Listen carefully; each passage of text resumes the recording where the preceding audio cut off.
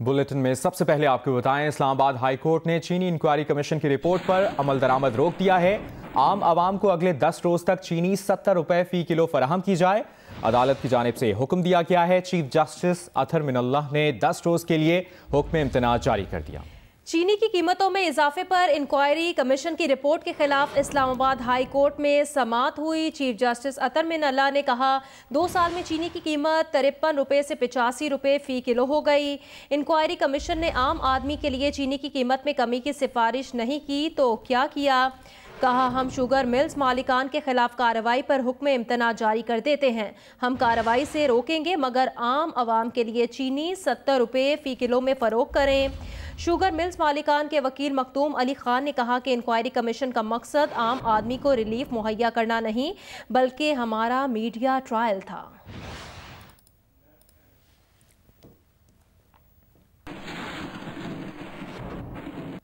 Toshakhana case में एहतसाब अदालत ने साबिक वज़ीर आज़म मियां मोहम्मद नवाज शरीफ के नाकाबिले ज़मानत वारंट गिरफ्तारी जारी कर दिए हैं।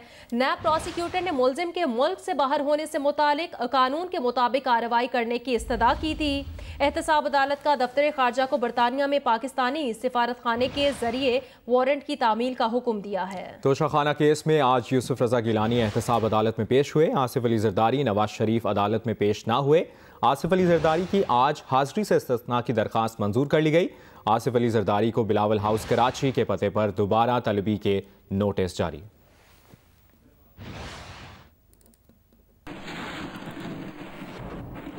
कायदे हिज़्ब इख्तिलाफ शहबाज शरीफ का कोरोना टेस्ट मुस्बत आ गया। शहबाज शरीफ ने खुद को घर में आइसोलेट कर लिया। नून लीग की तर्जुमान मरियम औरंगजेब कहती हैं कि शहबाज शरीफ डॉक्टर्स की हिदायत पर अमल कर रहे हैं। अता तारड़ ने कहा कि शहबाज शरीफ को नैब में तलब करके उनकी जिंदगी को खतरे में डाला गया।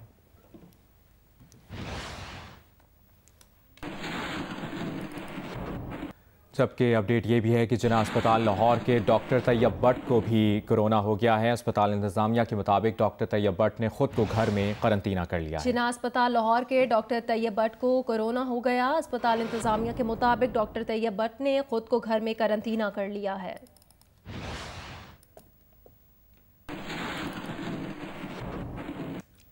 सऊदी अरब और चीन ने भी 1 मई से 31 दिसंबर तक कर्जों की अदायगियां मौखर करने की यकीन दहानी करवा दी है। ज़राए के मुताबिक इस सिलसिले में बाकायदा ऐलान आइंदा हफ्ते किया जाएगा। ज़राए वज़ारत ख़जाना का बताना है, कर्ज की अदायगियां मौखर होने से पाकिस्तान को मजमूई तौर पर 1 अरब 80 करोड़ डॉलर का रिलीफ मिलेगा। मुत्तहिदा अरब अमारात से भी कर्ज की अदायगियां मौखर होने के लिए बातचीत जारी है।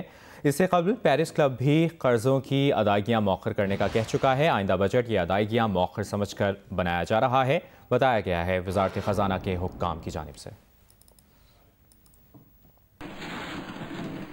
पेट्रोलियम मसनूआत की अदम दस्तयाबी के खिलाफ दायर दरखास्त समाअत के लिए मंजूर कर ली गई है। Chief justice Lahore high court justice Qasim Khan कल समाअत करेंगे। ओगरा ने पेट्रोलियम मसनूआत की कीमतें कम की हैं। दरखास्त गुजार ने मौक़िफ़ अपनाया कि पेट्रोलियम मसनूआत की कीमतें कम होने पर डीलर्स ने रसद कम कर दी। दरखास्त में इस्तदा की गई कि पेट्रोलियम बहरान के जिम्मेदारों के खिलाफ कार्रवाई का हुक्म दिया जाए। पेट्रोल किल्लत से मुतालिक अपडेट करें। मुल्क के बेशतर शहरों में पेट्रोल की किल्लत बदस्तूर बरकरार है। बेशतर पेट्रोल पंप्स पर पेट्रोल नहीं मिल रहा। खुले चंद पेट्रोल पंप्स पर गाड़ियों और मोटरसाइकिलों का रश है। मुल्क के बेशतर शहरों में पेट्रोल की किल्लत बदस्तूर बरकरार है। बेशतर पेट्रोल पंप्स पर पेट्रोल नहीं मिल रहा और जो चंद पेट्रोल पंप्स खुले हैं उन पर गाड़ियों और मोटरसाइकिल्स की लंबी कतारें हैं।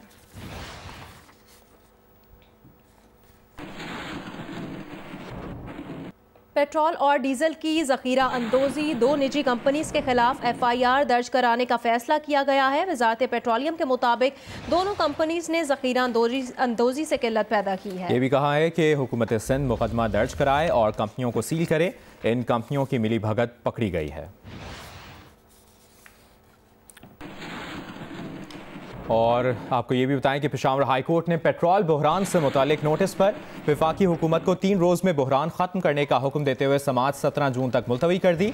वफाकी वजीर पेट्रोलियम उमर अयूब अदालत में पेश हुए। अदालत ने 3 दिन के अंदर बहरान ख़त्म करके तफसीली रिपोर्ट जमा कराने की हिदायत जारी कर दी। जस्टिस कैसर रशीद ने बरहमी का इजहार करते हुए वफाकी वजीर से इस्तफसार किया कि अवाम तकलीफ में है, हुकूमत बेफायदा मीटिंग्स कर रही है। वफाकी वजीर ने अदालत को बताया कि पेट्रोल बहरान की असल वजह ज़ख़ीरा अंदोज़ी है और माफिया है, जिसके खिलाफ कार्रवाई कर रहे हैं।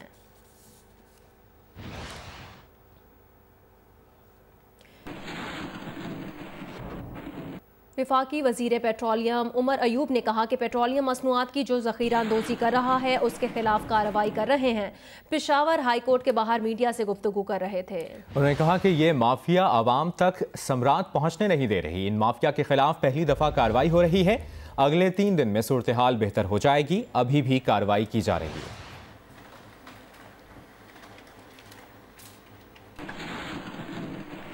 खबरों के सिलसिले को आगे बढ़ाते हैं। आपको बताएं, अमरीकी शहरी सिंथिया रिची ने यूसुफ रजा गिलानी को 12 करोड़ रुपए हर्जाने का नोटिस भेज दिया है।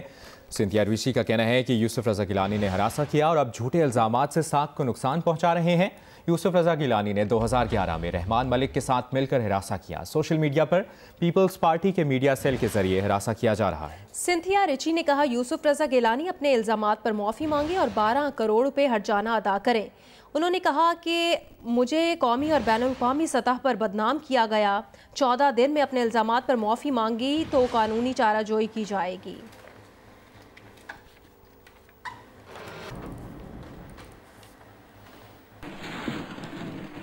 साबिक वज़ीर आज़म यूसुफ रजा गिलानी का कहना है कि अमरीकी शहरी सिंथिया रिची के इल्ज़ामात पर उन्हें कानूनी नोटिस भिजवा दिया है और उम्मीद है कि वो कानूनी जंग में कामयाब होंगे। वो इस्लामाबाद हाई कोर्ट के बाहर सहाफ़ियों से गुफ्तगू कर रहे थे। तो क्वेश्चन ये कि अगर प्राइम मिनिस्टर इमरान खान साहब की बात की जाए तो आयशा गुलालेई ने भी उनके ऊपर इल्ज़ाम लगाए, आपके ऊपर भी ऐसे फॉर्मर प्राइम मिनिस्टर इल्ज़ाम लगाए। आप समझते नहीं कि ऐसी कोई कानून साजी होनी चाहिए कि सिर्फ इल्ज़ाम लगाने वाला इल्ज़ाम लगा के भाग जाता है और एक इलेक्टेड जो प्राइम मिनिस्टर है उसकी रेपुटेशन को खराब कर दिया? क्या देखिए, पहली बात ये है कि ये जो केस है ये 9 साल कबल है, बहुत पुराना है। उस वक्त इमरान खान साहब थे ही नहीं। तो अब ये केस उन्होंने हमारे ऊपर बनाया है और हमने लीगल नोटिस दिया है और इंशाल्लाह विल बी सक्सेसफुल। कौमी असम्बली का इजलास इस वक्त जारी है और ख्वाजा आसिफ इजहार ख्याल कर रहे हैं। उसके बाद फिर मार्च में उन्होंने कहा ये मुल्क लॉकडाउन का मुतहम्मिल नहीं हो सकता, लोग भूखे मर जाएंगे। 18 अप्रैल को उन्होंने फरमाया, मैं आपको मुबारकबाद पेश करता हूं, हमारा अंदाजा 25 अप्रैल तक 50,000 कोरोना के मरीज होंगे, लेकिन सिर्फ 15,000 हुए। 1 जून को उन्होंने कहा मैं जैसा चाहता हूं वैसा लॉकडाउन नहीं हुआ। 3 जून को उन्होंने कहा कि दुनिया भी सोच रही है कि हमारी तरह स्मार्ट लॉकडाउन करना चाहिए था।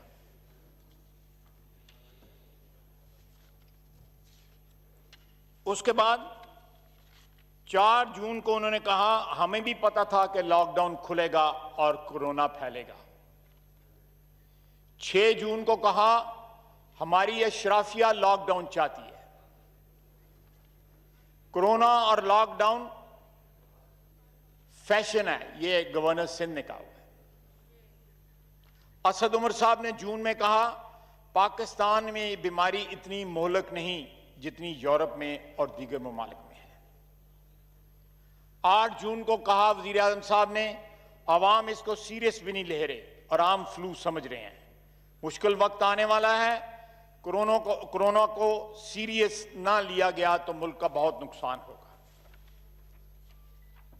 जनाबे वाला, आप खुद फैसला कर लें, ये मुक्तदर ऐवान फैसला कर ले कि प्राइम मिनिस्टर साहब क्या चाहते हैं।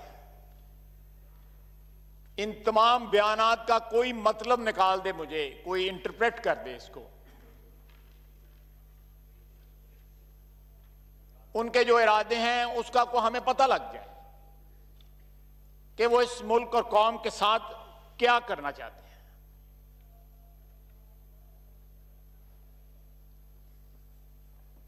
जनाब वाला 15 मई को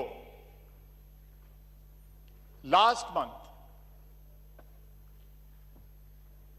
हेल्थ डिपार्टमेंट पंजाब ने एक खत लिखा, एक समरी भेजी चीफ मिनिस्टर को, जिसमें उन्होंने कहा उस वक्त कन्वर्जन रेट 6% था। सेक्रेटरी हेल्थ ने कहा कि 6,70,000 अफराद सिर्फ लाहौर में जो है इन्फेक्टेड है। ये 15 मई की बात है, जब कन्वर्जन रेट जो था वो 6% था। आज कन्वर्जन रेट जो टेस्टिंग्स में जो पॉजिटिविटी आती है उसको कन्वर्जन रेट कहते हैं। आज कन्वर्जन रेट जो है वो 25% हो चुका है। आप 6,70,000 को 5 से मल्टीप्लाई कर लें, चलें 4 से मल्टीप्लाई कर लें, इसका मतलब है सिर्फ लाहौर में 3 मिलियन इंफेक्शन हैं इस वक्त। 3 मिलियन इंफेक्शन हैं।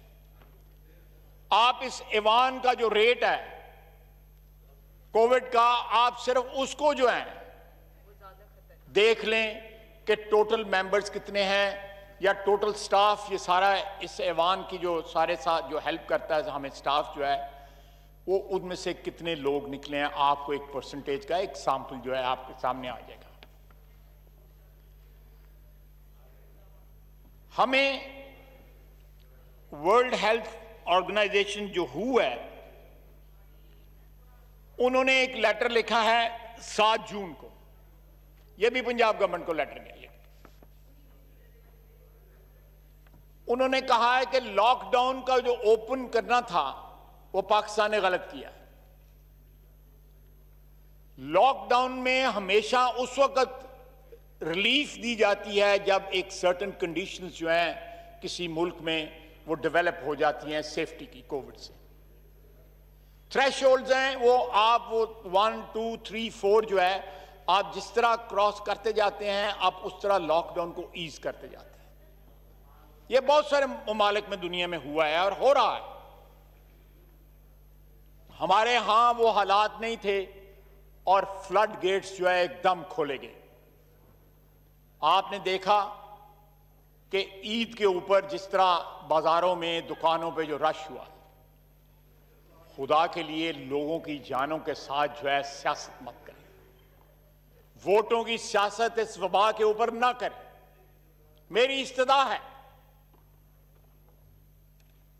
ये वोटों की सियासत है जो हमें ले बैठी है कि आज जो है रोजाना 5 से 6,000, मेरा है लेटेस्ट जो है 5,500 जो है वो हर रोज जो है 5,500, 6, पौने 6,000 जो है कल के परसों जो है वो नंबर था।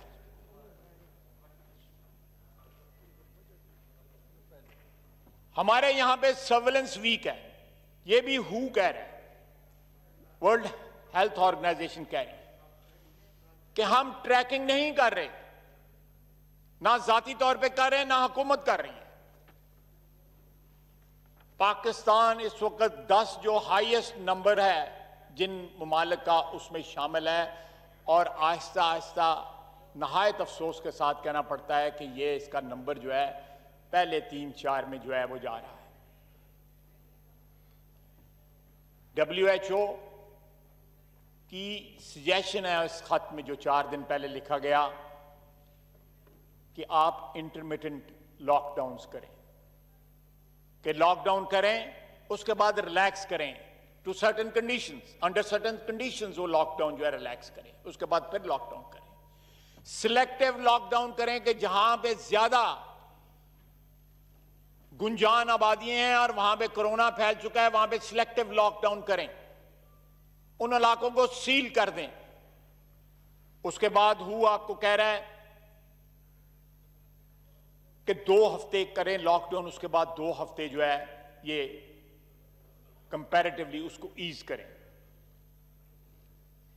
टेस्टिंग जो है आज से 1.5 महीना कबल जो है बयान आया था हुकूमत का, हुकूमत के अदारे का, कि जी टेस्टिंग जो है मंडे से, वो मंडे गुजरे हुए आज 1.5 महीना हो गया है कि 50,000 टेस्टिंग तक हम पहुंच जाएंगे, हमारे पास इतनी एबिलिटी हो जाएगी।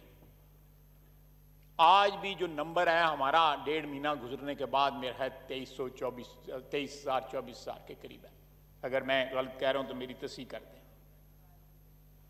मुझे कल बताया गया कि इस्लामाबाद के सरकारी अस्पतालों में 60 साल से ज्यादा मरीज जो है, उम्र के मरीज जो है, उनको एडमिट करना बंद कर दिया गया, बिकॉज उनका ख्याल है कि ये लोग जो है इनको रिट्रीव करना जो है, इनको शिफा देना जो है वो मुश्किल है। हम कंसंट्रेट करें नौजवान लोगों पे और 60 साल के ऊपर लोग जो हैं उनको राइट ऑफ कर दें, उनको अल्लाह के रहमो करम पे छोड़ दें। वह है तो हर चीज ही उसके रहमो करम पे, अल्लाह ताला की जात पे। यानी मेरी उम्र के लोग जो हैं वो हुकूमत उनको अबैंडन कर रही है इस शहर के अंदर, और उनको अल्लाह ताला के रहम, हम आगे भी ये पूरी कौम अल्लाह ताला के रहमो करम पे है, ये हुकूमत के रहमो करम पे नहीं। आपने 18 महीने स्पीकर साहब, जनाब डेप्टी स्पीकर, आज हुकूमती बेंचों वाले, आप भी और भी लोग जो है तन्हाई में सोचते होंगे कि ये क्या हो रहा है, क्या कोई गवर्नेंस नाम की चीज है इस मुल्क में, क्या हुकूमत नाम की कोई चीज है इस मुल्क में, क्या पॉलिसीज हैं इस हुकूमत की। किसी भी फील्ड में ले लें, मैं तो सिर्फ कोरोना की बात कर रहा हूं ना, किसी भी फील्ड में ले लें, कहां पे कोई सक्सेस रेट कहीं भी दिखा दीजिए। दूर दूर तक कामयाबी का कोई नामो निशान नहीं। जनाबे वाला, अगर पीपल्स पार्टी और हमारी क्यादत को अरेस्ट करने से इस मुल्क के मसले हल हो जाते हैं, हमें बताएं किस थाने में जाना है, हम उठ के चले जाते हैं वहां पे, हमें अरेस्ट कर लें, हमें कैद में डाल दें। जब तक ये मुल्क जो है हमारी कैद में पड़ने से टर्न अराउंड नहीं हो जाता इमरान खान साहब से, तब तक हमें कैद में रखें। हमसे कोई कीमत वसूल कर लें, लेकिन खुदा के लिए कुछ तो काम करें। ये इस किस्म के बयानात तो न दें कि हर रोज को आपको टेलीग्राम आ जाती है तो आप बयान दे देते हैं, और उस बयान में और आपके पिछले बयान में कोई आपस में रिश्ता नहीं होता, कोई कंटिन्यूटी नहीं होती, ऑपोजिट होता है। मैं उनके बयान जो उन्होंने कंटेनर पे दिए, या स्टील मिल की बात हो रही थी जो उस पे दिए, मैं उस पे भी आऊंगा। इस वक्त क्राइसिस जो है वो गवर्नेंस का क्राइसिस है। इस वक्त क्राइसिस जो है वो complete lack of administration and governance है। इस वक्त क्राइसिस जो है कि इस हुकूमत की कोई पॉलिसी नहीं है, दे आर कंप्लीटली लॉस्ट। कोई रुख नहीं है, कोई सिमत नहीं है, किसी मंजिल का तयन नहीं है। We are living moment to moment, we are living. गुजारा किया जा रहा है। जनाब डिप्टी स्पीकर, बकौल इस हुकूमत के पहली दफा है कि कंप्लीट कोहेरेंस है एस्टैब्लिशमेंट में और इस्लामाबाद में, पिंडी में और इस्लामाबाद में, दोनों एक पेज पे हैं। कि बड़ी खुशकिस्मती की बात है हमारी 72 साल तारीख में कि पिंडी और इस्लामाबाद जो है वो इतनी उनमें कोहेरेंस हो, इतनी हम आहंगी हो उनमें। बकौल इनके तमाम इंटरनेशनल अदारे जो हैं वो इनकी असिस्टेंस कर रहे हैं और इनकी तारीफें कर रहे हैं। बकौल इनके फ्लड गेट्स खुले हैं, लोग जो हैं हमें पैसा दे रहे हैं, यूएई, सऊदी अरेबिया, चाइना हमें पैसे दे रहे हैं। ये जन्नत का समा है जो ये बता रहे हैं हमें, लेकिन ये फिर आगे क्यों नहीं चल रहा? कल मैंने एक वजीर का बयान रोजा का, ओगरा सो रहा है और पेट्रोल पंप्स के ऊपर लाइनें लगी हुई हैं। ये हमें ना बताएं, अपने आप को बताएं, अपने आप से पूछें कि पेट्रोल पंप्स पे क्यों लाइनें लगी हुई हैं। ओगरा से पूछें। ओगरा आपके नीचे एक रेगुलेटर है ऑयल एंड गैस सेक्टर का। आप जब पीएसओ को ठेका ना दें और किसी प्राइवेट कंपनी को ठेका दे दें तेल इंपोर्ट करने का, तो फिर यही होता है जो हुआ है। मैं फिर वापस आता हूं कोविड के ऊपर।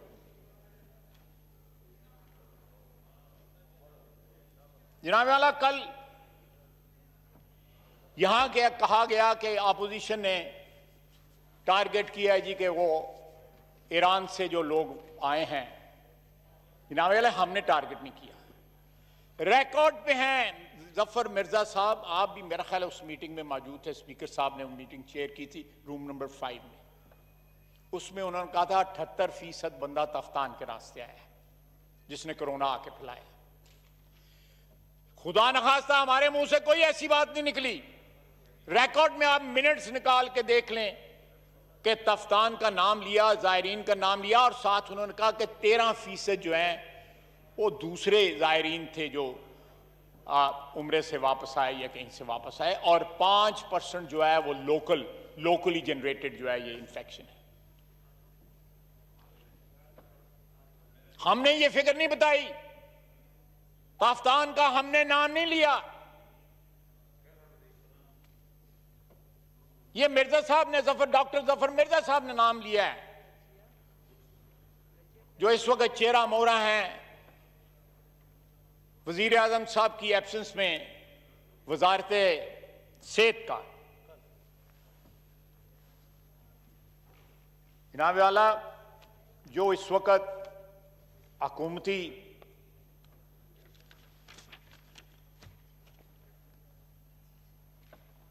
ऑफ द रिकॉर्ड जो बात करते हैं कि जिस तरह खजा में पत्ते, अल्लाह ताला से दुआ है कि ये गलत साबित हो कि जिस तरह खजा में पत्ते गिरते हैं इस तरह इंसानी जानें जो हैं इस मुल्क में जाएंगी कोरोना की वजह से। और ये बात अगर आज लोग इनकार करते हैं उससे, मेरे भाई पटेल ने सही कहा कि कोई तरीका ढूंढें कि कोरोना भी पीपल्स पार्टी और पीएमएलएन के जिम्मे लग जाए। कोई तरीका ढूंढें।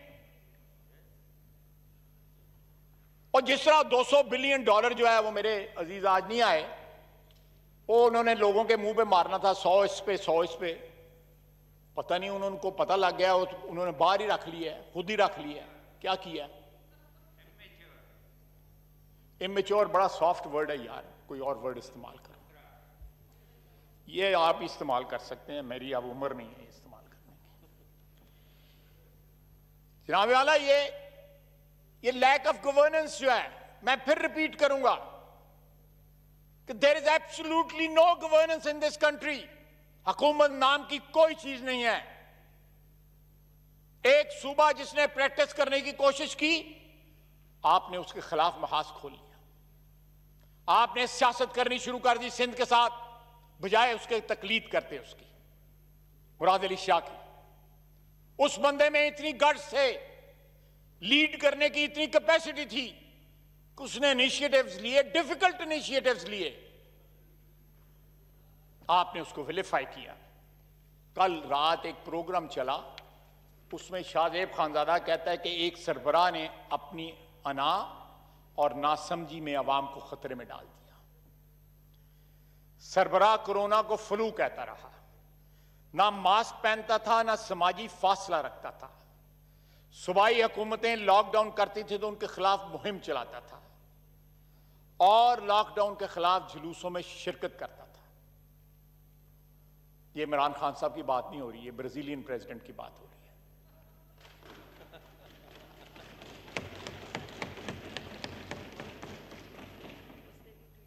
अगर कोई मुमासलत है तो मैं माजरत खा हूं। मेरा मतलब है कोई मिलता जुलता केस अगर हमारे यहां पाकिस्तान में भी है तो मैं उसकी माजरत कर लेता हूं। जनाब वाला, मैं बात तो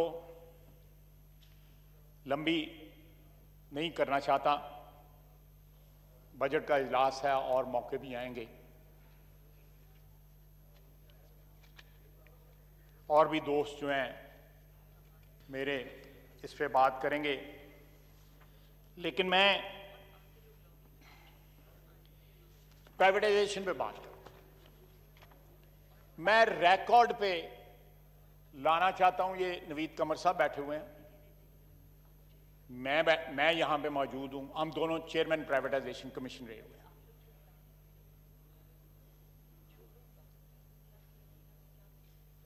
और दोनों ने चेयरमैन प्राइवेटाइजेशन कमीशन होने के नाते कैद भी भुगती है। नैब ऑर्डिनेंस 16 नवंबर 1999 को लागू हुआ था। एम आई राइट शाह साहब? हम ऑलरेडी कैद थे, हमें उसमें बुक कर लिया गया। हम दोनों ने अपनी पार्टियों को बड़े तरले लिए कि इस कानून में तब्दीली लाई जाए। पीपल्स पार्टी ने ज्यादा किए, हमने कुछ चंद लोगों ने, 2-4 बंदों ने कहा। लेकिन किस्मत में था कि ये कानून जो है जनरल मुशर्रफ का बनाया हुआ, मैं गलतफहमी दूर करना चाहता हूं, ये किसी सियासी जमात की हुकूमत ने नहीं बनाया था।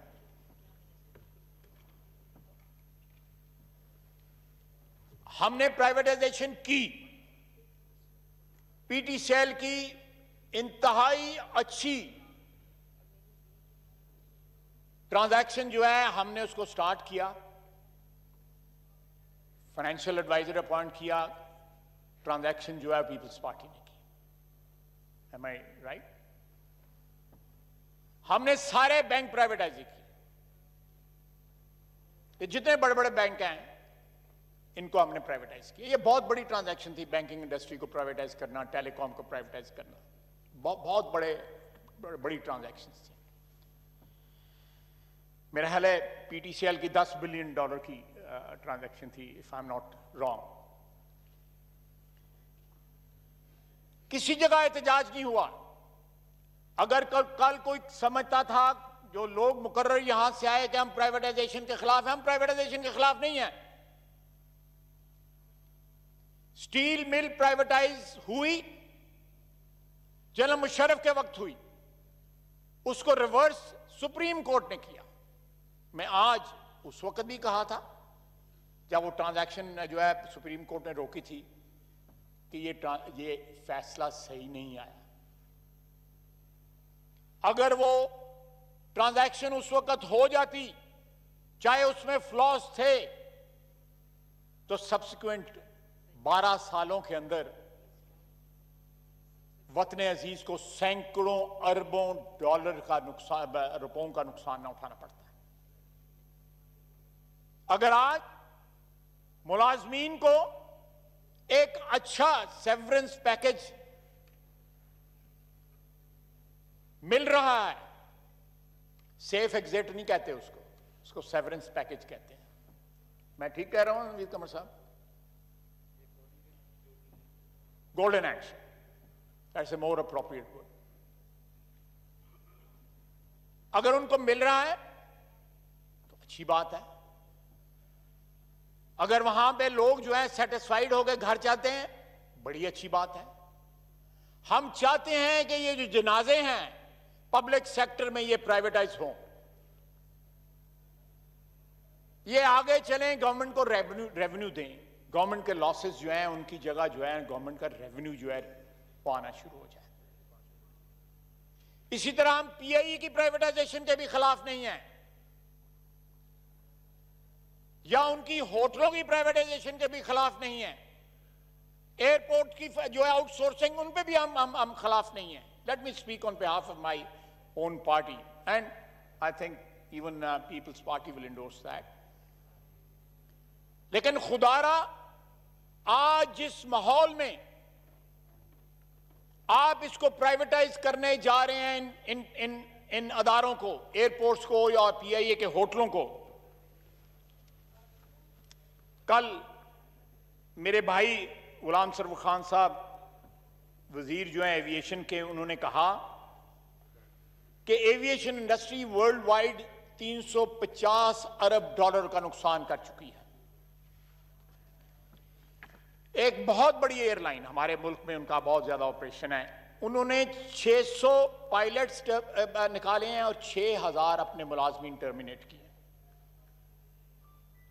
और साथ एविएशन मिनिस्टर ने कहा कि aviation industry is under stress, ये लफ्ज इस्तेमाल हो गया। आप इस माहौल में आपने एयरपोर्ट जो है आउटसोर्स करने जा रहे हैं। जरूर करें, वेट करें कि 6 महीने साल के बाद मार्केट रिवाइव हो जाए, आप अच्छी मार्केट में अच्छी कीमत ले सकें, अच्छे बायर्स आए। इसी तरह होटलों को आप जरूर लीज पे दें, कोई ट्रांजैक्शन उनकी करें। हम प्राइवेटाइजेशन के, ये मैं रिकॉर्ड पे कहना चाहता हूं, खिलाफ नहीं है, लेकिन जब होटल वीरान हुए हैं, होटलों